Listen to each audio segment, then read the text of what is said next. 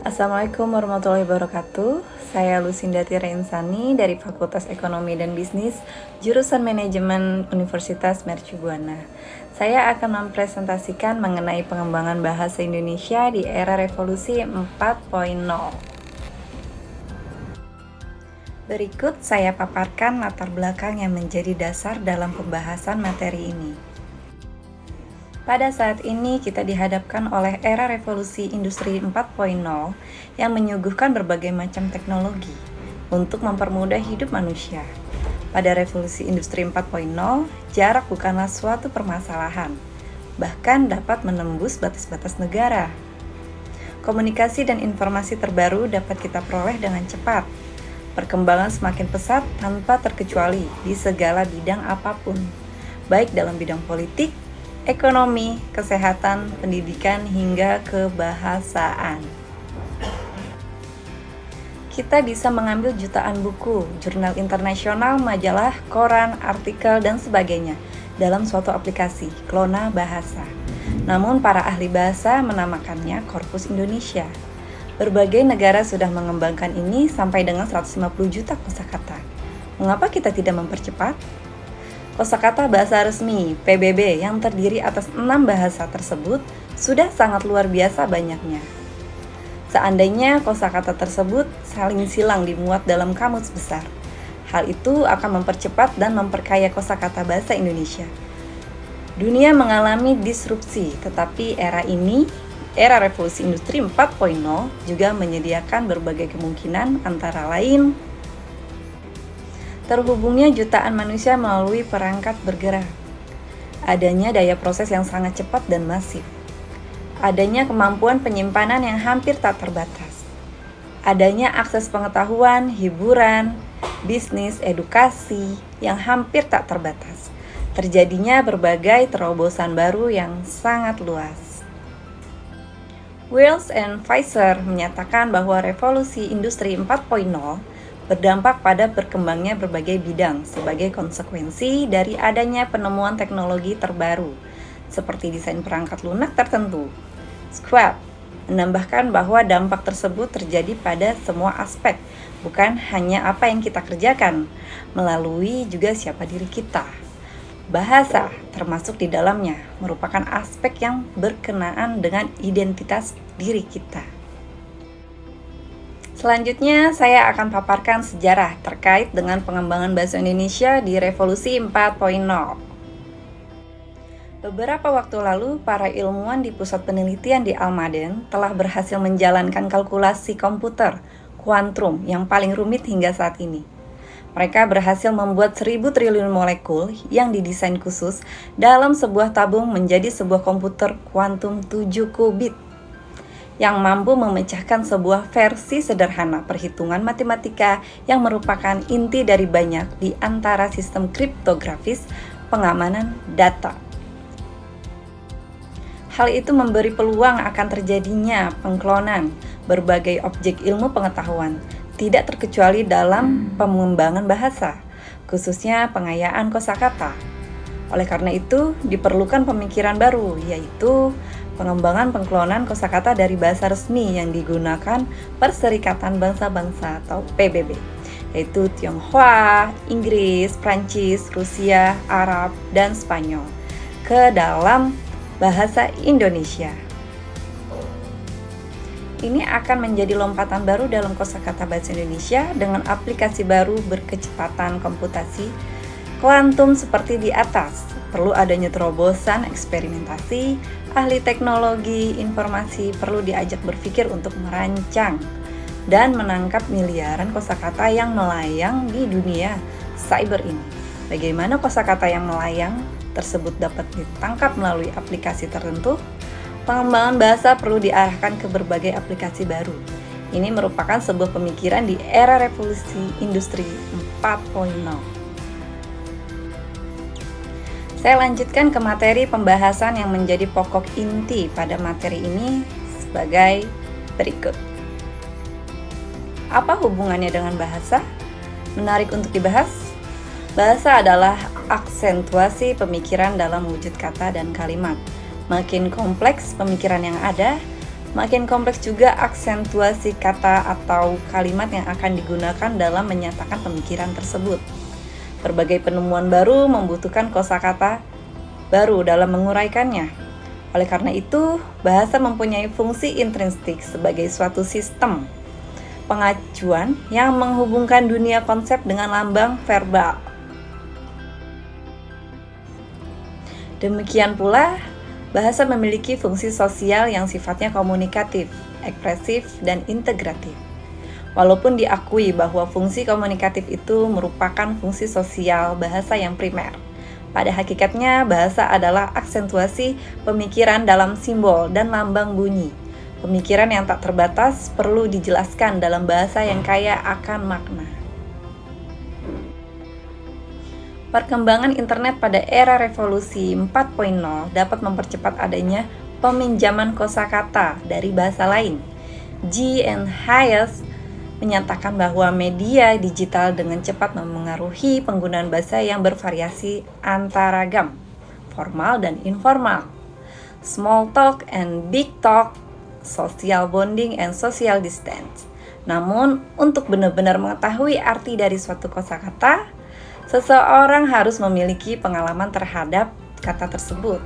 Definisinya yang terdapat di dalam kamus tidak cukup untuk menjelaskan arti sebuah kata.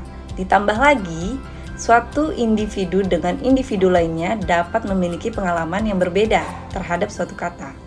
Meskipun demikian, makna arti suatu kata tetap dianggap sama karena adanya kelompok sosial dengan interaksi antar individu di dalamnya. Pada era digital, setiap individu memiliki kesempatan yang sama untuk membagi pengalaman mereka. Selanjutnya, saya paparkan beberapa hal yang dapat dilakukan dalam pembinaan dan pengembangan bahasa Indonesia di era revolusi 4.0 sebagai berikut. Dosen atau pengajar memiliki peran sangat strategis karena keberadaannya sangat menentukan keberhasilan pembelajaran. Dosen harus merupakan pribadi yang harus mampu menerjemahkan dan menjabarkan nilai-nilai yang terdapat dalam kurikulum, sekaligus mentransformasikan nilai-nilai tersebut kepada mahasiswa melalui pembelajaran, dengan harapan mahasiswa akan dapat mencapai tujuan sebagaimana yang digariskan dalam kurikulum, sekaligus mampu memenuhi kebutuhan dan pengembangan dirinya. Saya akan menguraikan secara berturut-turut peluang pembelajaran bahasa dan sastra Indonesia setelah menganalisis tantangan-tantangan pembelajaran bahasa di era revolusi industri 4.0. Yang pertama, perlu mengembangkan bahan ajar berbasis digital. Di era digital menuntut pengajar untuk bermetamorfosis dari pengajar biasa menjadi pengajar yang luar biasa. Pengajar yang bukan saja melek teknologi, memiliki pengetahuan luas dan kecakapan atau keterampilan tinggi di bidang yang diajarkannya. Memiliki kemampuan memilih dan menggunakan metode atau strategi pembelajaran. Sekaligus memerankan diri sebagai model untuk menginspirasi mahasiswa. Pengajar hendaknya berupaya secara terus-menerus meningkatkan kemampuannya untuk menjadi pengajar yang hebat yang mampu menginspirasi mahasiswa agar mereka terlibat secara aktif, kooperatif, dan bertanggung jawab dalam pembelajaran. Harmin dan Todd menyarankan ada 5 potensi siswa yang dapat diarahkan pengajar, yaitu martabat, energi, manajemen diri, komunikasi, dan kepedulian, yang disingkat DSK. Semua siswa dilahirkan dengan kemampuan untuk hidup dengan martabat, untuk melakukan semua tugasnya dengan berenergi, melakukan manajemen diri dengan semestinya, bekerja dengan komunitas orang lain, dan untuk peduli dengan segala hal yang terjadi di sekitar mereka. Yang kedua, perlu mengembangkan bahan ajar berwawasan pendidikan multikultural. Bangsa Indonesia adalah negara multikultural dan masyarakat Indonesia merupakan masyarakat multikultural harus memiliki guru bahasa Indonesia. Hal tersebut sangat perlu disadari oleh para guru. Kesadaran itu akan mendorong guru mendesain pembelajaran bahasa dan sastra Indonesia bermuatan multikultural. Pendidikan itu sangat berperan penting untuk menghasilkan generasi multikultur, yakni generasi yang menghargai perbedaan, menegakkan nilai-nilai demokrasi, keadilan, dan kemanusiaan. Pembelajaran bahasa dan sastra Indonesia dalam suasana multikultural menuntut guru memiliki pemahaman lintas budaya. Guru perlu memiliki wawasan yang cukup tentang bagaimana seharusnya menghargai keragaman bahasa agar segala sikap dan tingkah laku menunjukkan sikap egaliter dan selalu menghargai perbedaan bahasa yang ada. Dengan wawasan tentang keberagaman bahasa, guru akan memiliki kepekaan yang tinggi terhadap masalah-masalah yang menyangkut adanya diskriminasi bahasa, baik terjadi dalam kelas maupun di luar kelas. Yang ketiga, perlu pengembangan bahan ajar bermuatan kecerdasan ekologis. Salah satu dari faktor penting dalam kurikulum 13 berkaitan dengan tantangan eksternal, antara lain yang terkait dengan arus globalisasi, terkait dengan isu masalah lingkungan hidup, kemajuan teknologi dan informasi, kebangkitan industri kreatif dan budaya, dan perkembangan pendidikan di tingkat internasional. Untuk itu, guru harus memperhatikan dan mengakomodasi berbagai tuntutan, berbagai kebutuhan siswa, baik pada skala lokal, nasional, maupun global. Apabila mengacu pada kerangka dasar kurikulum 2013 tersebut, upaya pelestarian lingkungan selayaknya menjadi perhatian semua elemen pendidikan. Pelestarian lingkungan tidak hanya menjadi tanggung jawab guru mata pelajaran IPA atau sains, tetapi termasuk semua guru mata pelajaran. Juga tidak ikut ketinggalan guru bahasa Indonesia. Buku sebagai faktor penting dalam pembelajaran dapat menjadi wahana memberikan pengetahuan, keterampilan, dan sikap positif kepada anak tentang pentingnya menjaga dan melestarikan lingkungan. Oke, terakhir sebagai kesimpulan, revolusi industri 4.0 merupakan revolusi industri yang berbeda dengan revolusi industri sebelumnya. Revolusi industri generasi keempat ini memiliki skala, ruang lingkup, dan kompleksitas yang lebih luas, sehingga mendorong otomatisasi dalam semua proses aktivitas kehidupan manusia. Teknologi internet yang semakin canggih dapat menghubungkan jutaan manusia di seluruh dunia yang sekaligus menjadi basis transaksi perdagangan dan transformasi online. Demikian pula aplikasi media sosial, bioteknologi, dan non-teknologi semakin menegaskan bahwa dunia dan kehidupan manusia telah berubah secara fundamental. Tidak ketinggalan dalam pembelajaran bahasa Indonesia dan sastra Indonesia.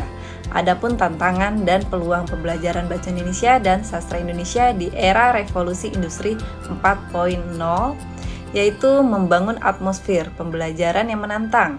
2. Mengembangkan kurikulum dengan scientific approach dan menuntun siswa belajar sepanjang hayat. Sedangkan peluang pembelajaran bahasa yaitu perlu pengembangan bahasa ajar berbasis digital. Perlu pengembangan bahan ajar berwawasan pendidikan multikultural. Dan ketiga, perlu pengembangan bahan ajar bermuatan kecerdasan ekologis. Sekian dari saya, semoga apa yang saya presentasikan mengenai pengembangan bahasa Indonesia di era revolusi 4.0 ini bermanfaat. Mohon maaf jika ada salah kata dan penyampaian. Sampai jumpa lagi. Wassalamualaikum warahmatullahi wabarakatuh.